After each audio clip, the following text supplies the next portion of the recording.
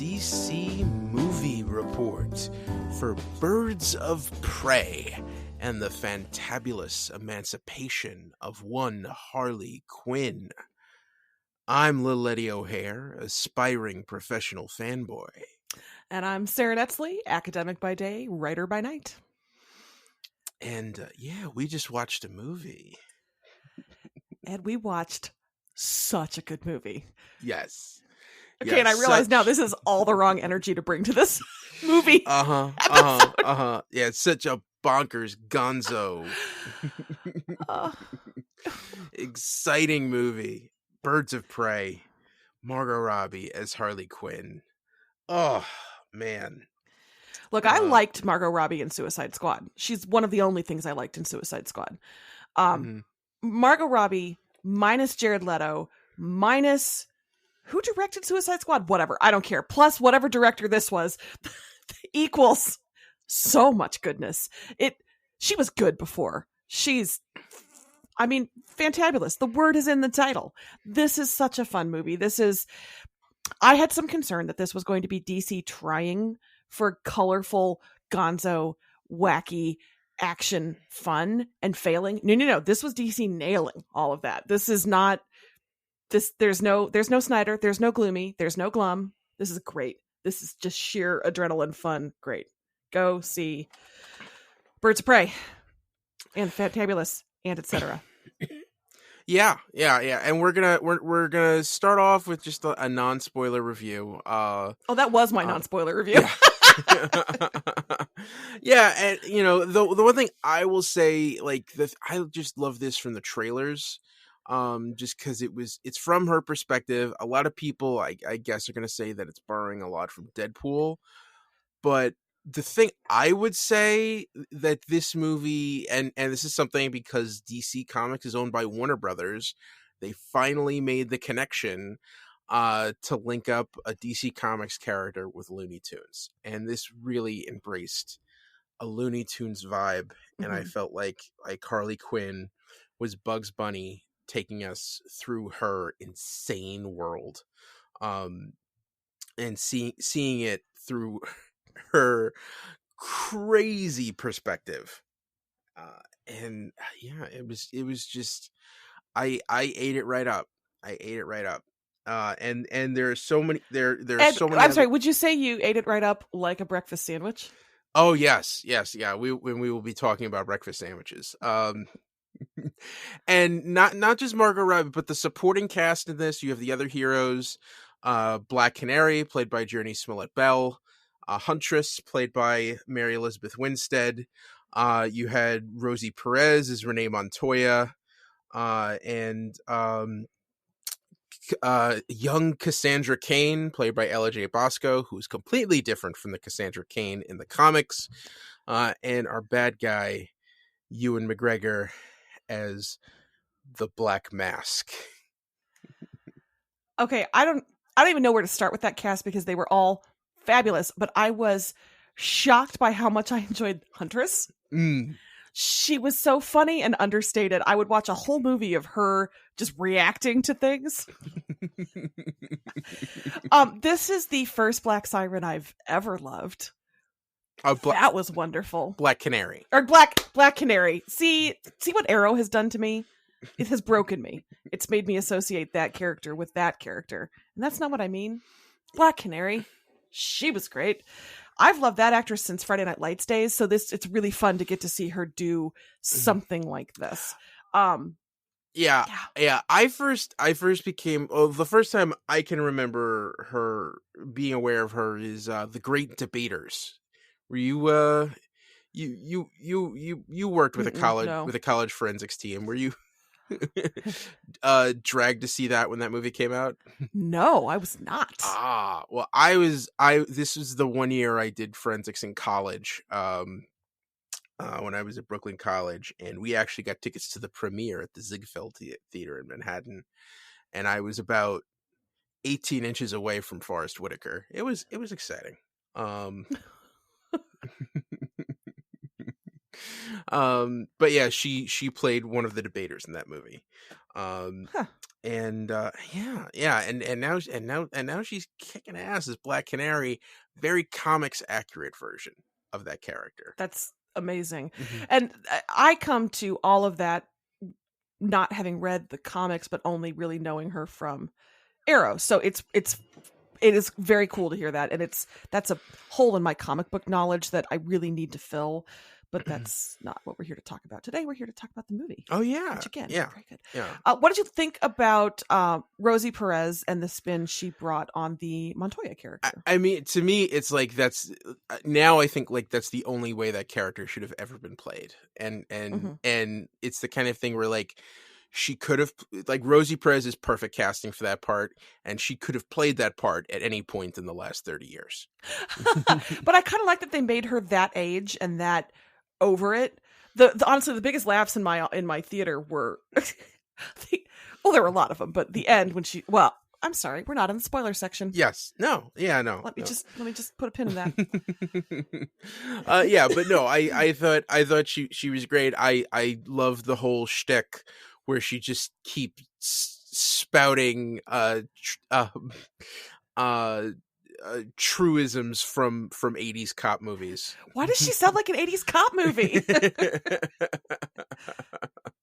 Yeah. I just yeah, everyone dug in, everyone bought into the premise, and this was a lot. There was a lot of fun stuff in this, but it was never it was but it still played straight, and everyone bought in, and no one was like winking at the camera or clowning around, Well, okay, Harley looked at the camera a couple of times, but it was a good look. Yeah.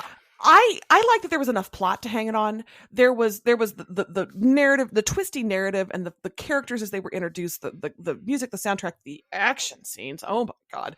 But they had, it was a slight plot. It wasn't a lot, but it was definitely enough to keep things moving and to play with the characters and the world in a way that didn't feel too small or too big. It was the perfect amount of plot to action to character to style. It just worked for me. It was like candy for me. It was so great. Yeah. And can I? So, Ewan McGregor. First of all, welcome back to cinema, Ewan McGregor. I have missed you, especially when you decide to wear eyeliner. So that's great. This character, I didn't know anything about him. He's what a bizarre, frighteningly unpredictable character. He reminded me, I have a couple of favorite villains like that kind of unpredictable, stylish, weird, like he thinks he's a nice guy. He's not, but he thinks he is. Like I'm the life of the party. Yeah. Patrick Wilson in the A-Team movie.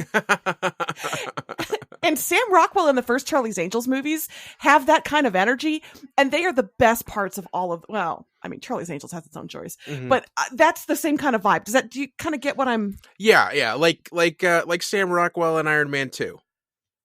Like Sam Rockwell in everything, yeah. Basically. Okay, this has turned into a Sam Rockwell appreciation, which I do. By the way, but I thought. Oh, go ahead. No, go see Sam Rockwell and Jojo Rabbit. Maybe I am going to blow off my work today and see Jojo Rabbit. That actually sounds right. It also reminded me a little bit when they did there's a song and dance sequence. No spoilers, but it reminded me of A Life Less Ordinary, which has a fantasy song and dance sequence starring Ewan McGregor. So it referenced things that also made me happy. Yeah, it made me happy, Bill. This movie made me happy. Well, I'm Ed. Oh, jeez! What? That's because I'm staring at my phone, waiting for Bill to text back to be like, "I'm gonna ring in." Yeah, yeah. There was a chance we might have had Bill Sweeney on today, but it doesn't seem like it's worked out. But that's okay. It's my fault. I saw the movie at the wrong time for it to happen yesterday, so it's not Bill, it's me, and I'm on with Ed, and my name is Susan. It's fine. All right. Do you think it's time to get into spoilers? I do want to say that the behind the scenes, behind the camera staff, I think made a big difference. The director was Kathy Yan, and the writer was Christina Hodson, and those are two women. And you could tell with the camera work and the action scenes. When Harley fights, I honestly, I don't think she does things in a way that would be different than if a man was fighting necessarily. And the camera treats her the way it would treat any body in motion. And by that, I mean, nobody was overly sexualized. There was the only complaint I had, honestly, was why is she fighting in heels? That's my constant complaint, but I get it. It's Hollywood. So yeah, I so appreciated what the creative team brought to this. And I will say Christina Hodson, who wrote it, also wrote Bumblebee, which is head and shoulders the best of the Transformers movies. And she's the announced writer for both the Flash and Batgirl movies. I am feeling very good about where DC movies are headed if they have a writer like this on board. Yeah, definitely. Definitely. And that is the extent of my non-spoiler section. All right. So we're heading into spoilers. All right. Look at that transition. Now it's spoilers. So spoilers. Where to start? I will say one character I did not want to mention previously that I think we could talk about now, because it's a character that we've talked a lot about before on another show, and this is a different depiction of him, and it's 100% creepier. Is Chris Messina as Victor Zsasz. Oh my God. I did the quizzical head cock like a dog in the theater as I was like, is that Chris Messina? Oh my God, is that Chris Messina? That is a whole different side of that actor. And that is Victor Zsasz was my favorite part of Gotham. This was a different energy. Yes. Yeah, very, very much so. Okay, we're just gonna let you go. Like, I don't even know if that guy had lines. Just walking in and making every scene he's in as awkward as possible. Oh, it really, and it was. I couldn't tell if his character was in love with Roman or not, or just no one, or everyone, or just was a equal opportunity murder of women. I'm not sure, and I like that I'm not sure. I like that uncertainty very much. Yes. And towards the end, when he reveals his chest and sees all these scars, and tells Harley he's saving an extra a special place on his skin for her. Oh man. But yeah, that's just crazy. Glad that they decided to include him. Yes. And I mean, that's the one thing with movies like these, even going back to the 90s Batman, the instinct is to kill the villain, because like that's what would happen in a normal action movie. But it's also kind of like the pity is like, then you can't really bring him back for future movies. But yeah, I was actually a little sad he was out of commission for the final fight. I mean, that's how much I enjoyed him. It was just like, would like to have seen him get even more comeuppance. Yeah. And like so much of the action scenes was a different way to do scenes. I thought that showdown at the end on the pier and all the fog, I thought, okay, this is just a different way of doing things. I thought the Funhouse fight was a little too frenetic, and it was a little hard for me to keep track of who was where and what was going on. But I do applaud them for taking a completely different approach to it. Well, that included one of the most important moments in cinema for me personally in the history of time, which is Harley offering Dinah a hair tie, because that is a complaint of mine when women are fighting with their flowing locks. And it's like, nah, you scrape that back.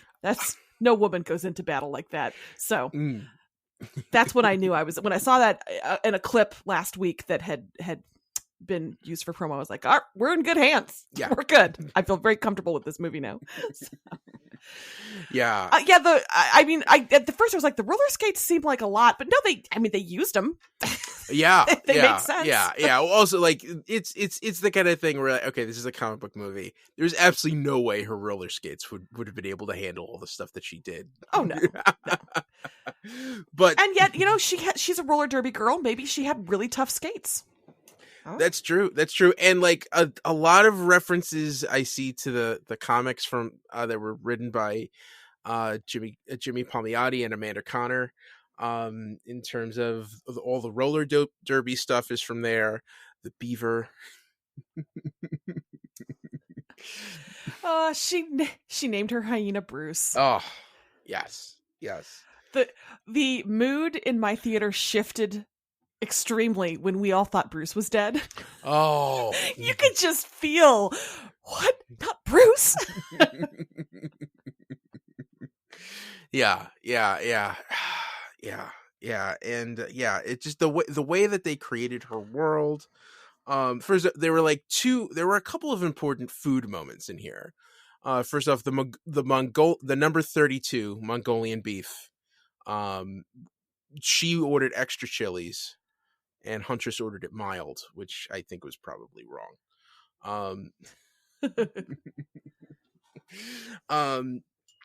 But the real thing that I think we do need to discuss, Sara, you live in Illinois. Is what knowledge do you have of the bacon, egg, and cheese phenomenon? You pull up to like a McDonald's or a Dunkin', and you say into the speaker, I have to be at work in 4 minutes. Could you give me a Mick whatever? And then you take that and you hate yourself for the rest of the day. Was that the right answer? No. See, I get, it's funny because like it's such it's so permeated in New York where like we have delis on every corner. Like every block has at least one deli. It's just and like the things that are just everywhere in New York are delis, pizzerias, and Chinese food places, and they just you can't go more than 3 blocks without running into at least 2 of those 3 things. And in delis in the morning, if they're worth their salt, they have a griddle and they're making egg sandwiches with cheese and either bacon or sausage. And so what's weird is she in this movie she really got bold because most bacon, egg, and cheese sandwiches that I've had use scrambled eggs, American cheese, and very crisp bacon. Whoa, back that up. Scrambled eggs? Yeah, Huh. Scrambled eggs. Mostly it's because the deli owners just feel that's safer. They don't want someone to get sick and sue them, so they'll usually scramble eggs. If you ask for it fried, they'll give it to you fried. I've seen some places where they will fry the eggs, but they will make sure that they crack the yolks. But our buddy, our executive producer Bill Sweeney, his family owned a deli for a long time, so he made his fair share of bacon, egg, and cheese sandwiches in the day. What did he think about the technique in the film? Oh, it was like the dream sandwich. It was like the dream sandwich. They like to actually toast the roll with butter beforehand. That was like a dream. To fry the eggs sunny side up. That American cheese, which she says is at least 6 months expired. The crisp bacon and that dash of hot sauce. Mwah.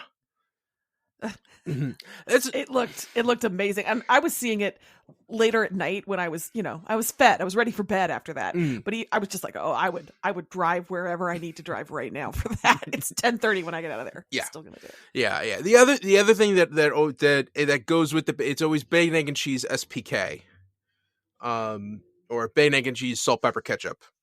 Okay. I usually refrain from the ketchup. I'm just a salt and pepper guy. Some people get it on a roll, a bagel, a bacon, egg, and cheese on an egg bagel. I don't know. I've always been partial to that. But it's a huge thing in New York, and to see it introduced that Gotham is a bacon, egg, and cheese town. Um, yeah, and to see that, and like what was funny is we were talking with Bill is we thought that like the whole movie was going to hinge on that sandwich. Like when that sandwich went down, that's the whole reason that she goes crazy, and the whole and all of these people end up getting killed.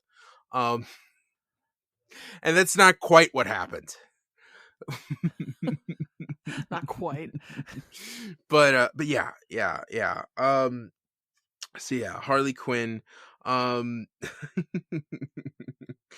yeah, and you know the plot that we get here, so Roman Sionis, aka Black Mask, is looking for this diamond so he could pretty much bankroll his attempts to take over the Gotham underworld. And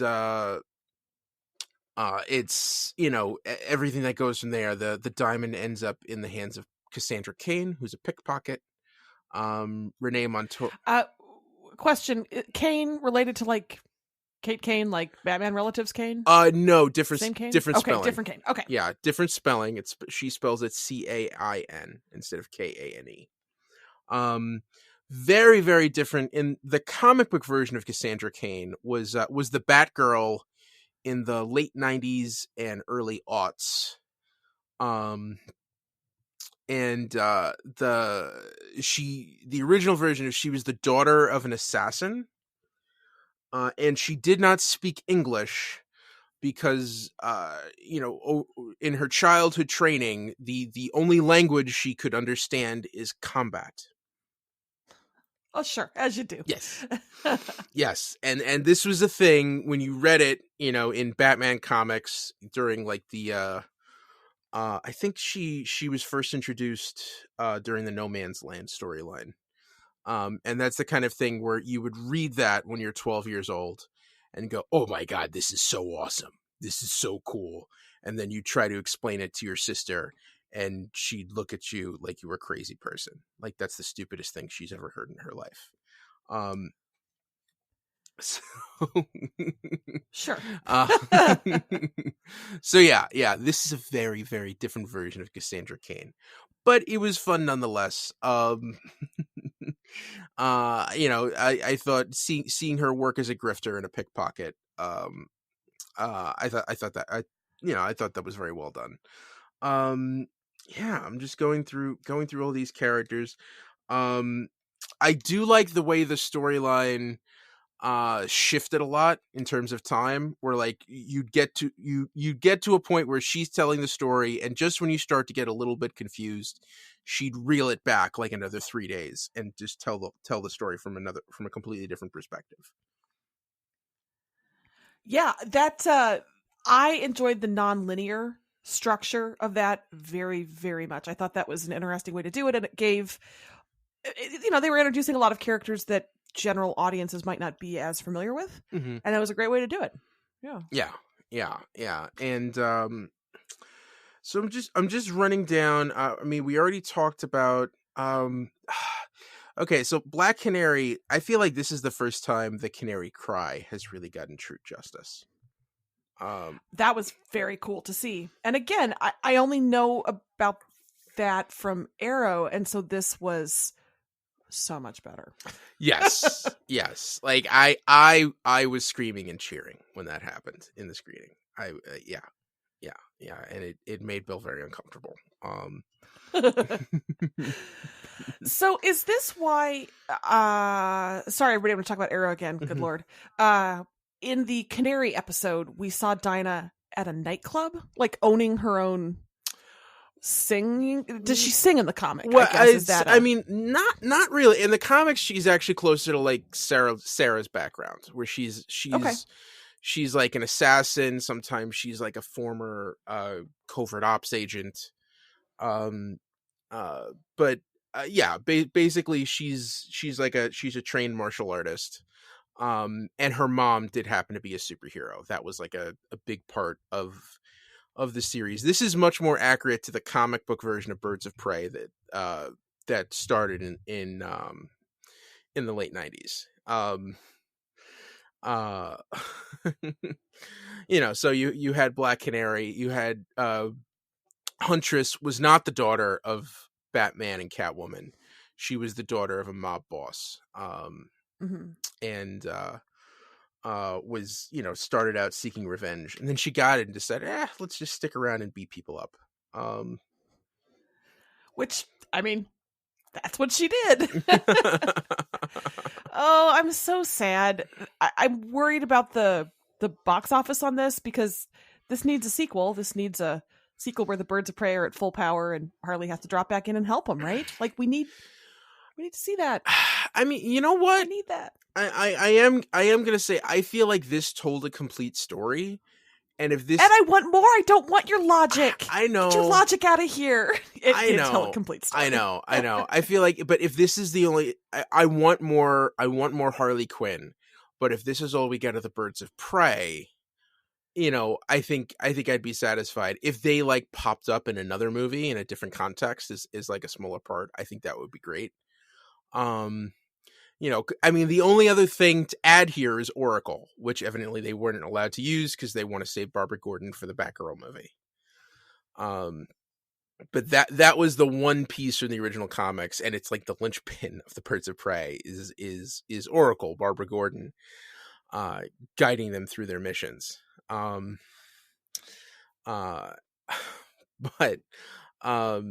and like what's weird is ultimately, like, this is a Harley Quinn movie, and the side effect of it is that the Birds of Prey end up forming. Does that make sense? Yeah. Oh yeah. Mm-hmm. So like, I would love to see another Harley Quinn movie, and maybe it's like Gotham City Sirens, where we see her hook up with Catwoman and Poison Ivy. And kind of have their girl power adventures there. They're filming Suicide Squad 2 right now, and I'm pretty sure she's a part of that too. So I can't imagine that she wouldn't be. Mm-hmm.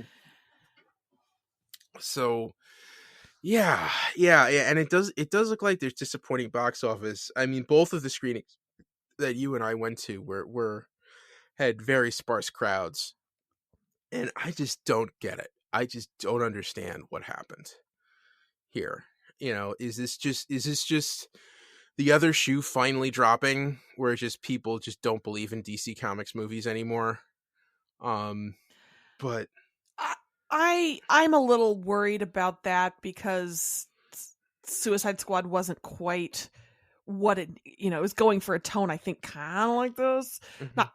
Not quite like this, but not the Batman tone.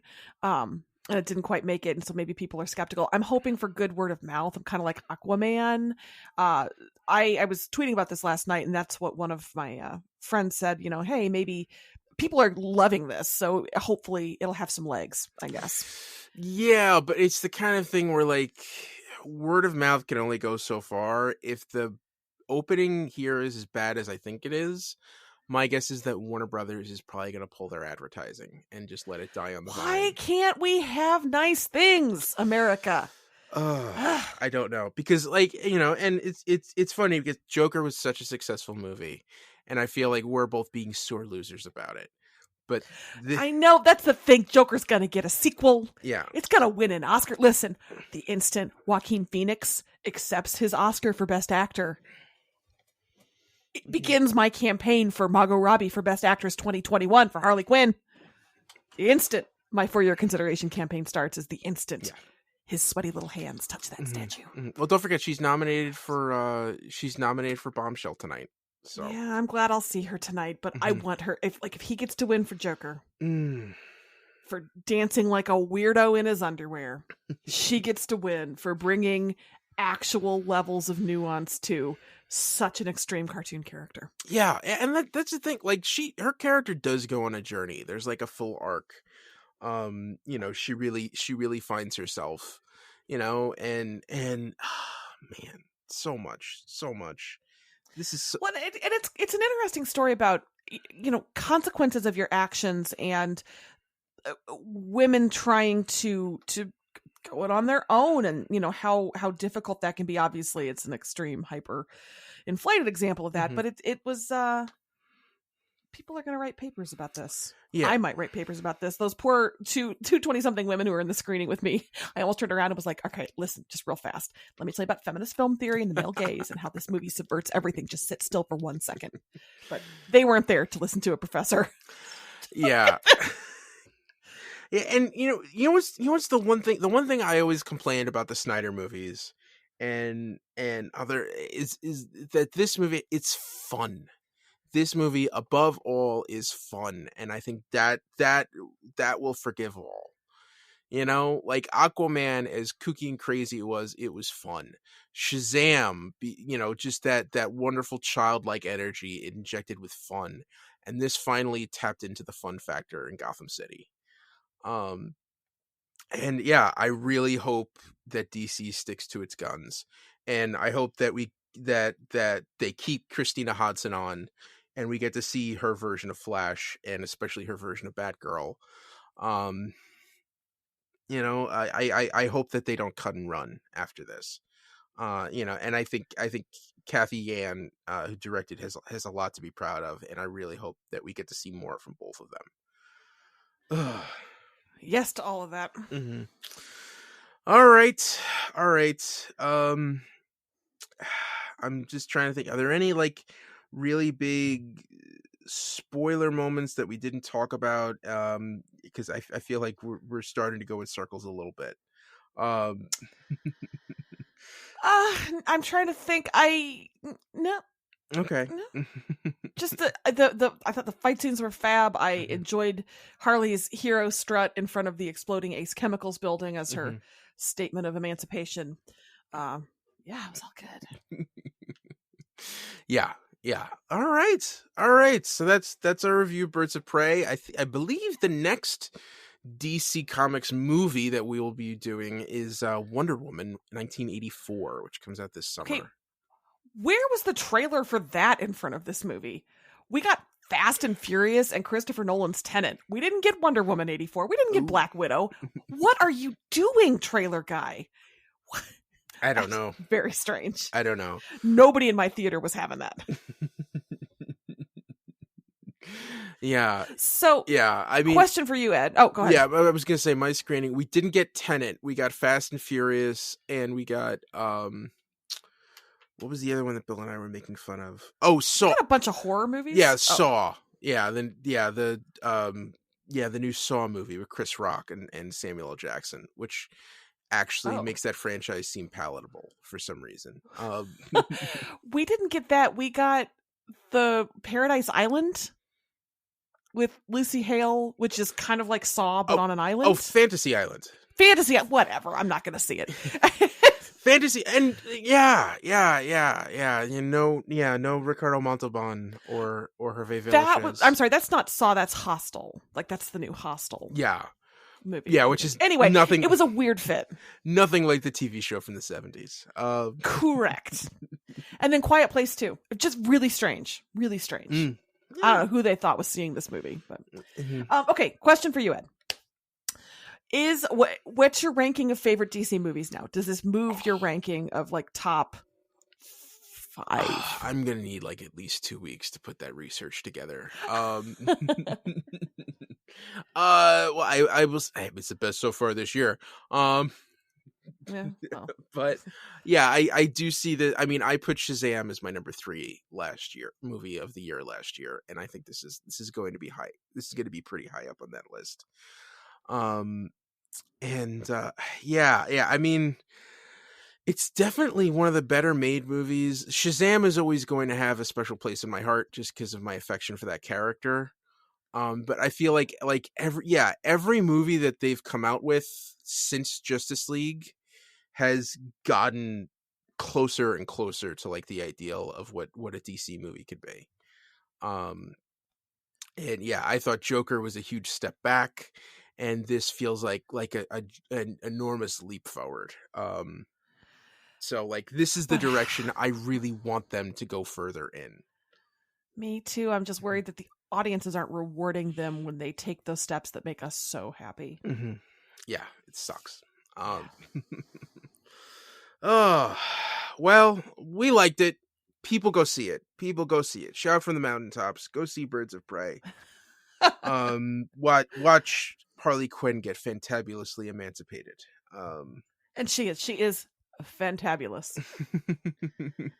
Yeah. I like a villain who wears her own name on her shirt. Mhm. Her branding spot on. Yeah.